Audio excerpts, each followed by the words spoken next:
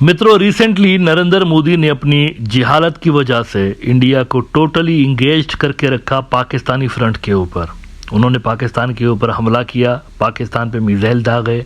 उसके बाद दोनों मुल्कों के दरमियान कन्फ्लिक्ट छिड़ा और मिलिट्रीज जो थी वो आमने सामने आ गई। न इसमें पाकिस्तान की साइड से तो हजीमत का सामना इंडिया को करना पड़ा है, तारीखी जिल्लत और बेइज्जती हुई है उनकी। लेकिन इसके साथ साथ इंडिया के लिए प्रॉब्लम उसके दूसरे फ्रंट्स पर भी क्रिएट हुए हैं। उसका जो दूसरा फ्रंट यानी बांग्लादेश वाला जो साइड है वहाँ पर, उधर भी कुछ ऐसा हुआ है कि इसका इंडिया को नाकाबिले तलाफी नुकसान हुआ है। यानी एक ऐसा नुकसान इंडिया को उठाना पड़ा है जिसकी भरपाई मुमकिन नहीं है। हुआ कुछ यूँ कि ये जब मुकम्मल तौर पर इंगेज थे पाकिस्तान वाली फ्रंट पे, तो बांग्लादेश ने क्या कर दिया कि इनकी जो एसेट हैं, इनकी जो ग़ुलाम हैं, नौकर हैं, इनकी पिट्ठू जो इनकी हैं शेख हसीना साहिबा, उनकी पार्टी को कर दिया बैन।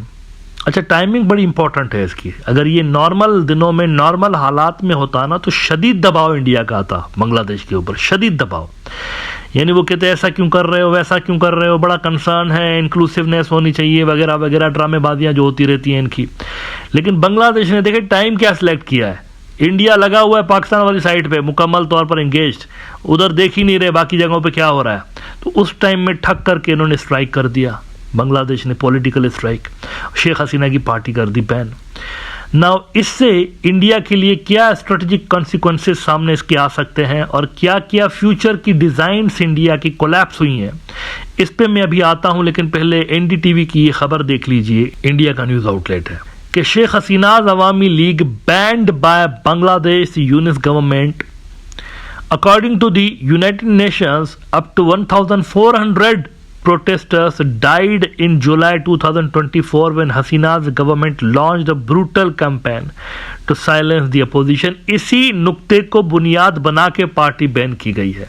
दुनिया में कोई ये नहीं कह सकता कि फ्रीडम ऑफ एक्सप्रेशन के ऊपर आप क्यों कदगन लगा रहे हैं, रिस्ट्रिक्शंस लगा रहे हैं, कोई नहीं बोल सकता।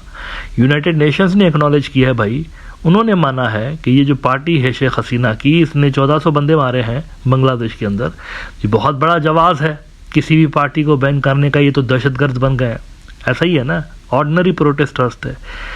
तो इंटरनेशनल प्रेशर कोई नहीं आना बांग्लादेश के ऊपर। इस हवाले से इंडिया का आता और बड़ा मैसिव आता। तो जो टाइम सेलेक्ट किया गया, बांग्लादेश ने मौका देख के चौका मारा है। टाइम बड़ा आइडियल सेलेक्ट किया कि इंडिया वहां पर इंगेज्ड दूसरे फ्रंट पे, पाकिस्तानी फ्रंट पे, यहाँ पर खुला मैदान, और उन्होंने इसका फ़ायदा उठा लिया। ना अब यहाँ पर इंडिया के लिए क्या प्रॉब्लम्स क्रिएट हुए हैं, इस हवाले से थोड़ी सी बात करते हैं। पहली बात तो आप ये याद रखिए कि इंडिया के दो डिज़ाइंस हमेशा से रहे हैं। एक तो वो बांग्लादेश में स्ट्रेटजिक डेप्थ ढूंढते रहे हमेशा से लेके। उनका चिकन नेक छोटा सा है, आप जानते हैं कि छोटी सी पट्टी उनके दो लैंड मासेस को कनेक्ट करती है। अगर उसको ब्लॉक कर दिया जाए तो इंडिया की 7 रियासतें मेन लैंड से कट ऑफ हो जाती हैं और चाइना उसको ब्लॉक करेगा। जब भी इंडिया और चाइना की लड़ाई होगी, चिकन नेक टारगेट होगा। तो इंडिया चाहता रहा है हमेशा से लेके कि उसको स्ट्रेटजिक डेप्थ मिले, यानी वो रीग्रुप हो बांग्लादेश के अंदर, रीग्रुप हो जाएं और दोबारा से अटैक करें चिकन नेक को छुड़वाने के लिए। ये फैसिलिटीज़ उनके पास होनी चाहिए। तो वो नहीं मिल रही थी स्ट्रेटजिक डेप्थ, जाहिर सी बात है बांग्लादेश अपनी टेरिटरी जो है वो ऑफर नहीं कर रहा था। लेकिन शेख हसीना चूंकि मुकम्मल तौर पर इंडिया के जोन ऑफ इन्फ्लुएंस में जा चुकी थी, लिहाजा उन्होंने कनेक्टिविटी और ये सब कुछ दे दिया था। लेकिन अभी भी वो बात नहीं बन रही थी। रंगपुर उनको चाहिए और चिटागोंग उनको चाहिए। तो ये बात जहन में रखिएगा। अब इंडिया की डिज़ाइंस कैसे धपड़धूस हुई हैं, इसके लिए मैंने कुछ देर पहले फेसबुक के पोस्ट पे लिखा था कि अवामी लीग को बैन करने का आइडिया क्यों दुरुस्त है। इसी के अंदर आपको जवाब मिल जाएगा कि इंडिया के लिए ये बहुत बड़ा सेटबैक क्यों है। इसमें मैंने लिखा है कि बांग्लादेश बैंड शेख हसीनाज नौटंकी मंडली Awami League, why I support this decision. India has a history of creating militant wings in Bangladesh using Awami League members. ये सब जानते हैं बांग्लादेश के अंदर इंडिया ने जब भी कभी कोई मिलिटेंट विंग बनाया है बांग्लादेश के अंदर, तो वहाँ पर अवामी लीग के लोग भी शामिल हुए हैं। मैं उन चकमा जो फाइटर्स हैं उनकी बात नहीं कर रहा हूँ, वो जो चिटागोंग हिल ट्रैक्स के अंदर उन्होंने शांति बाहिनी क्रिएट की थी। उसके अलावा अगर आप देखें तो इंडिया ने अवामी लीग को इस्तेमाल किया है या नहीं किया बांग्लादेश के अंदर मिलिटेंट विंग्स क्रिएट करने के लिए, किया है उन्होंने। बल्कि पाकिस्तान बनने से पहले भी शेख मुजीब एक बार पकड़े गए थे पाकिस्तान के अंदर। शायद ये हिस्ट्री मुझे नहीं पता बांग्लादेश में किसी को पढ़ाई जाती है नहीं पढ़ाई जाती। वो पकड़े गए थे, इल्ज़ाम उनके ऊपर ये लगा था कि ये पाकिस्तान तोड़ना चाहते हैं। 60s के अंदर पकड़े गए थे, इंडिया के साथ मिल गए हैं और इंडिया के एसेट बन गए और ये पाकिस्तान तोड़ना चाहते हैं, तो उनको पकड़ के जेल में भी डाला गया था। तो ये पुराना याराना इंडिया के साथ। तो इनकी एक हिस्ट्री रही है कि ये मिलिटरली यूज़ होते रहे इंडिया के लिए, और फिर पॉलिटिकल जो ताल्लुकात हैं इंडिया के साथ इनके, वो इनको एक आइडियल कैंडिडेट बना देते हैं इंडिया के स्ट्रेटेजिक डिज़ाइंस को इम्प्लीमेंट करवाने के हवाले से। उसके बाद आप देखिए, Awami League has no political future now, so with their support India could have created, there are reports by the way, militant wing, the so-called freedom fighters, to start armed struggle against the future Bangladeshi government using Burma model. Now what does that mean?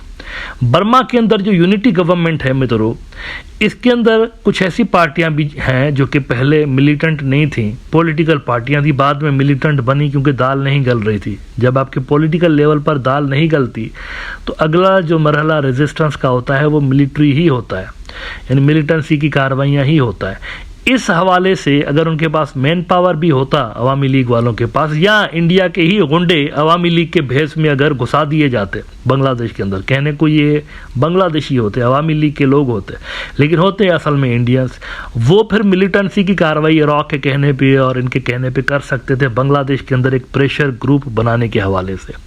Burma के अंदर ये हमने देखा, सियासी पार्टियां militant बन गई बाद में। उसके बाद This would allow India to remain relevant in Bangladesh, being a backer of powerful militant force in the country.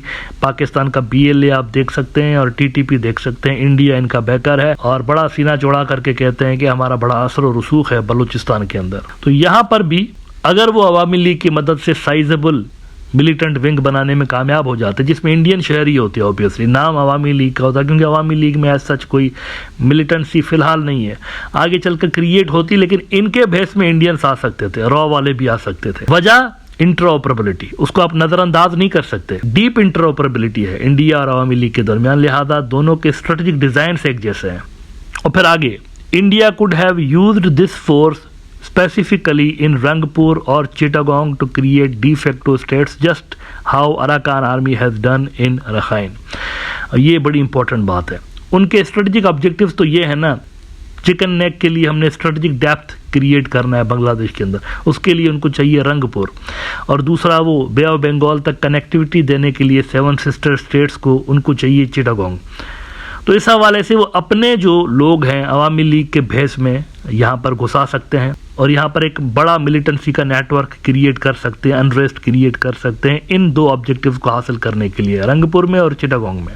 Those states, यानी अगर डिफेक्टो स्टेट्स बनाने में कामयाब हो जाएं, अगर ये सब कुछ करके, those states would serve India's purpose, A by providing them a strategic depth near chicken's neck, B by linking their land locked north east with the bay of Bengal. Politically Awami League is zero, near future में भी zero ही नजर आ रही है। So why India is still supporting this party, ये सोचने की बात है। इसका मतलब है कि जो ऑब्जेक्टिव है इंडिया का वो ये नहीं है जो कि नजर आ रहा है, पॉलिटिकल ऑब्जेक्टिव नहीं है। उनको पता है अगले कई साल तक भी अवामी लीग पावर में नहीं आ सकती, तो उसके बावजूद वो क्यों इतने बड़े मुल्क के साथ, इतना बड़ा बांग्लादेश है, उनके साथ क्यों अपने ताल्लुकात खराब करके बैठे हुए हैं। इसका मतलब है अवामी लीग के लिए कोई दूसरे डिजाइन है उनके माइंड में, और वो गालिबन यही डिजाइन हैं जिसका मैंने अभी जिक्र किया है। तो टाइमिंग बड़ी शानदार रही बांग्लादेश की जानिब से ये फैसला लेने की, जब इंडिया पूरी तरह से इंगेज था वहां पर। अगर ये आम दिनों में करते ना, ये डिसीजन लेते, इतना ज़्यादा बांग्लादेश के ऊपर इंडिया की तरफ से प्रेशर आता कि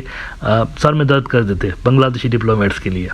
लेकिन उन्होंने टाइमिंग बड़ी इंटरेस्टिंग सिलेक्ट की है। इंडिया वहाँ पाकिस्तान के फ्रंट पे इंगेज्ड और यहाँ से बांग्लादेश ने इतनी बड़ी कार्रवाई डाल दी।